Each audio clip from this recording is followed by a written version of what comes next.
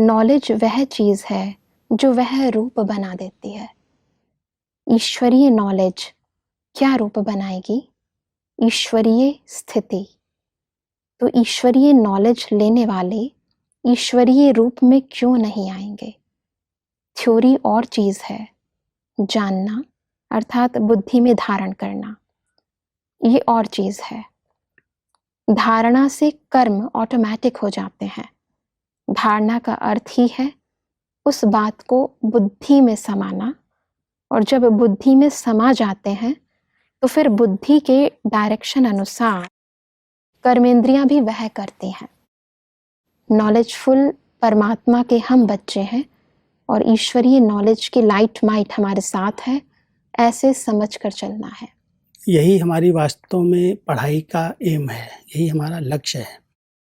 क्योंकि ज्ञान तो बड़ा ऊंचा है, परमात्मा का ज्ञान हम सब सुन रहे हैं, लेकिन वो सुन करके उसको इतना हम मनन करें, चिंतन करें, उसकी गहराई में जाएं, जो बुद्धि के अंदर वो फिट हो जाए, बुद्धि में जैसे वो बातें स्पष्ट हो जाएं, परमात्मा हमसे क्या चाहते हैं। जो भी ज्ञान उन्होंने दिया, ज्ञान सागर पिता ने जैसे हमको आत्मा का ज्ञान दिया, तो उसका हम स्वरूप बनते जाएं, वो स्वरूप इन कर्मेंद्रियों से दिखाई दे, चलने में, बोलने में, खाने में, कर्म करने में। जैसे मैं न्यारे हो करके इन कर्मेंद्रियों से कर्म करा रहा हूँ, तो वो जैसे ज्ञान हमारे स्वरूप में आ गया। तो ज्ञान सागर ने, जो ईश्वर ने हमको ज्ञान दिया, वो ईश्वरीय ज्ञान अगर हमारे जीवन में आ जाए तो जीवन में लोगों को चलन से दिखाई देगा। जो भी कुछ कर्म करेंगे, मान लो हम किसी से बात कर रहे हैं, तो बात में भी वो अलौकिकता होगी, वो न्यारापन होगा, दैहिक आकर्षण नहीं होगी, बाह्यमुखता नहीं होगी, वो रूहानियत और बहुत ऊंचा नशा होगा कि हम किसके बच्चे हैं, किससे बात कर रहे हैं। तो जो हमें ज्ञान मिला परमात्मा का, वो ज्ञान हमारे स्वरूप में आ गया और बुद्धि उसी अनुसार फिर कर्मेंद्रियों को आर्डर कर रही है। कर्मेंद्रियां उसी अनुसार वो कर्म कर रही हैं। तो सब लीकेज कैसे हो जाती है फिर? लीकेज है क्योंकि स्मृति में हम बार बार उस बात को लाते नहीं हैं। ज्ञान का हम चिंतन और सुमिरन नहीं कर रहे हैं। अगर उसका सुमिरन करते रहें, परमात्मा ने हम बच्चों को इतना ऊंचा ज्ञान दिया है और उस ज्ञान को मुझे अपने प्रैक्टिकल जीवन में उतारना है, सिर्फ सुनने और सुनाने के लिए नहीं है।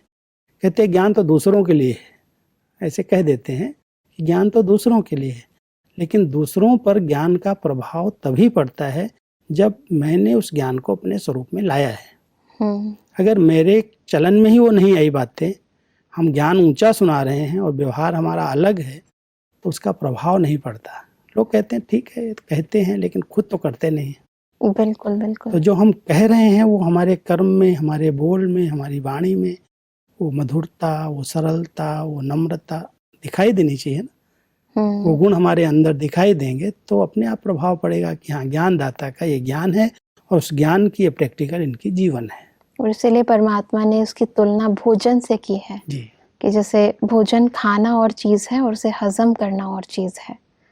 खाने से शक्ति नहीं आएगी, हजम करने से शक्ति कहाँ ना कहाँ आ जाती है, और खाए हुए भोजन को हजम करने से ही शक्ति रूप बनता है। जैसे भोजन खाने के लिए भी कई नियम बताते हैं, डॉक्टर्स भी कहते हैं भोजन ऐसा बार बार चबा करके धीरे से खाओ जो शक्ति का रूप बन जाए। अगर जल्दी जल्दी खा लिया तो उसकी पाचन शक्ति कमजोर हो जाएगी और पचा नहीं पाया उस भोजन को तो ब्लड नहीं बनेगा।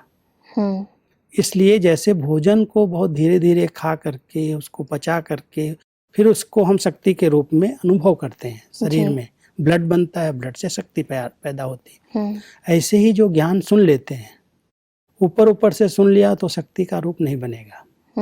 इसलिए जो कुछ सुनते हैं पहले हम अपनी डायरी में नोट करें। हाँ जी। नोट करके जब समय मिले उसको रिवाइज करें जी। उस पर मनन करें कि इसका क्या भावार्थ है, ये किस लिए परमात्मा हमको पढ़ा रहे हैं। जब मनन चिंतन करेंगे तो जैसे बहुत अच्छा उदाहरण परमात्मा हमको एक गाय का देते हैं। जैसे गाय है, खाना खा लेती है और जब बैठती है तो मुंह उगाड़ती है, मुंह से उस खाने को जैसे चबाती है, जुबाली करती है, और जब जुबाली करती है तो वो शक्ति का रूप बन जाता भोजन। ऐसे ही ज्ञान को जब हम समय मिले तो मनन करके, मनन में मन के अंदर उस बातों को रिवाइज करके उसको चिंतन में ले आएं, उसका स्वरूप बन जाए तो शक्ति बन जाएगा।